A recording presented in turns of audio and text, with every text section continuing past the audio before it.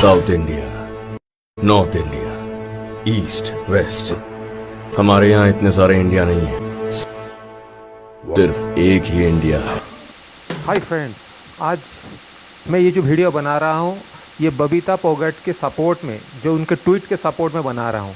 आज मैं देश के सामने कुछ सवाल पूछना चाहता हूँ और मेरा इस वीडियो बनाने के पीछे जो एक चीज़ मुझे ध्यान आया, कोई भी समाज बुरे लोगों की बुराई की वजह से नहीं, पर अच्छे लोगों की अकर्मण्यता के वजह से, चुप रहने के वजह से बर्बाद होती है।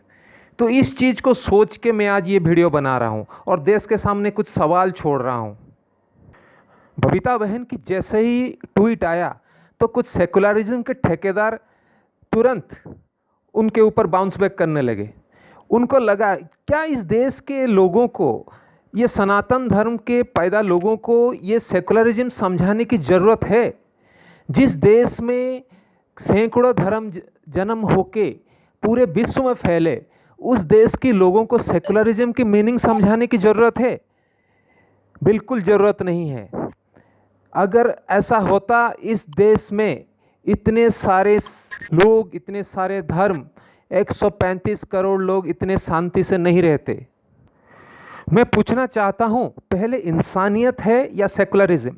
मेरा मानना है पहले इंसानियत है, उसके बाद देश है, उसके बाद सेकुलरिज्म कहीं बाद में आता है और हिंदू मुस्लिम उसके बाद में आता है। मैं इस वीडियो के जरिए उस मौलाना साहब को पूछना चाहता हूं जो लोगों को बरगला के ये बोलते हैं कि तो को आबाद करो और मुसलमानों को कोरोना नहीं होगा, मुसलमान कोरोना से नहीं मरेंगे।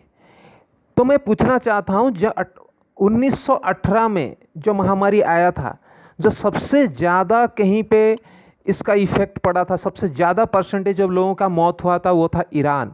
आप विकिपीडिया करके देख लीजिएगा। और आज क्या कोरोना के वजह से मुस्लिम, हिंदू, क्रिश्चियन क्या वैसा देख के मृत्यु हो रहा है क्या?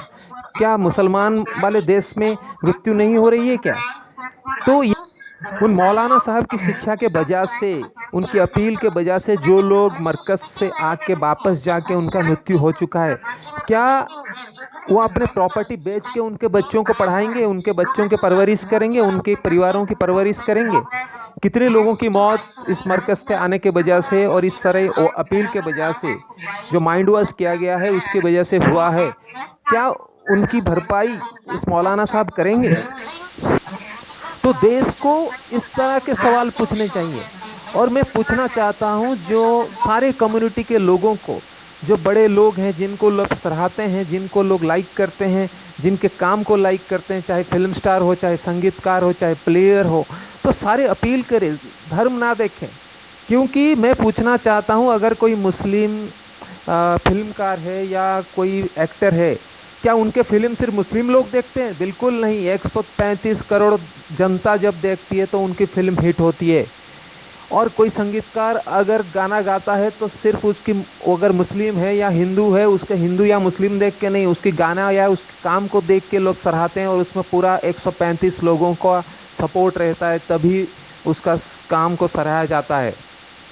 इस देश में हजारों ऐसे गाँव के गाँववासी हैं जो लोग अपने गाँव को बिल्कुल सिक्योर करके रखें। अगर बाहर से कोई आ रहा है, अपने भाई बंधु ही आ रहे हैं, तब भी irrespective of any caste, greed या कुछ भी, कोई धर्म विशेष की बात नहीं कर रहा हूँ, अगर वो लोग कोई भी बाहर से आ रहा है तो पहले उनको क्वारंटाइन कर रहे हैं। जो स्कूल्स होता है गांव में या उसमें क्वारंटाइन कर रहे हैं, पहले घर में नहीं ले रहे हैं। या फिर उनको भेज रहे हैं, चाहिए अपना अपना चेकअप करके आइए, जो पास का हॉस्पिटल या शहर के हॉस्पिटल्स में भेज रहे हैं ताकि चेकअप करके आए। ऐसे हज़ारों केसेस रिपोर्ट हुआ है जहाँ पे गांव वालों ने अपने जो गांव के लोगों को या परिवार के लोगों को अंदर घुसने नहीं दिया जब तक वो चेक नहीं हुए, 14 दिन तक क्वारंटाइन में नहीं रहे। वहीं दूसरी तरफ आप देखेंगे ऐसे बहुत से जमातीस जो डिफरेंट एरियाज़ में, मस्जिदों में, डिफरेंट कॉलोनीज़ में छुपे पड़े हैं और एडमिनिस्ट्रेशन, पुलिस, डॉक्टर्स, नर्सेस वहाँ पे जा रहे हैं तो उनके ऊपर अटैक हो रहा है, पथराव हो रही है, गोलियाँ चल रही है। तो आप इसको क्या बोलेंगे? इसको सेकुलरिज्म के अंदर कैसे ले सकते हैं आप? ये लोग सारे इंसानियत के दुश्मन हैं। मैं पूरे देश के जो बड़े लोग हैं, चाहे किसी भी धर्म का हो, उनसे अपील करना चाहता हूँ, इनको समझाइए। जबकि पूरे देश के डिफरेंट जगह के गांव के जो अनपढ़ हो या पढ़े लिखे हो, सारे किसी भी धर्म का हो, तो जब ये सिंपल सी बात समझ सकते हैं तो जमातियों को ये बात समझ में क्यों नहीं आ रहा है? तो प्लीज़ देश के सारे जो विज्ञ लोग हैं वो समझाइए। सिर्फ सेकुलरिज्म का मुखौटा पहन के देश में हल्ला मत मचाइए। अगर कोई सच बोल रहा है तो उसका सपोर्ट कीजिए, ना कि उसके खिलाफत में जाके अपने जो सेकुलरिज्म का जो प्रोपागेंडा है मत फैलाइए।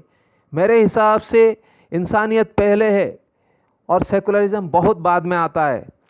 तो ये सेकुलरिज्म की मुखौटा हटाइए, पहले इंसान बनिए। So thank you. Thanks for watching my video. Thank you and thank you.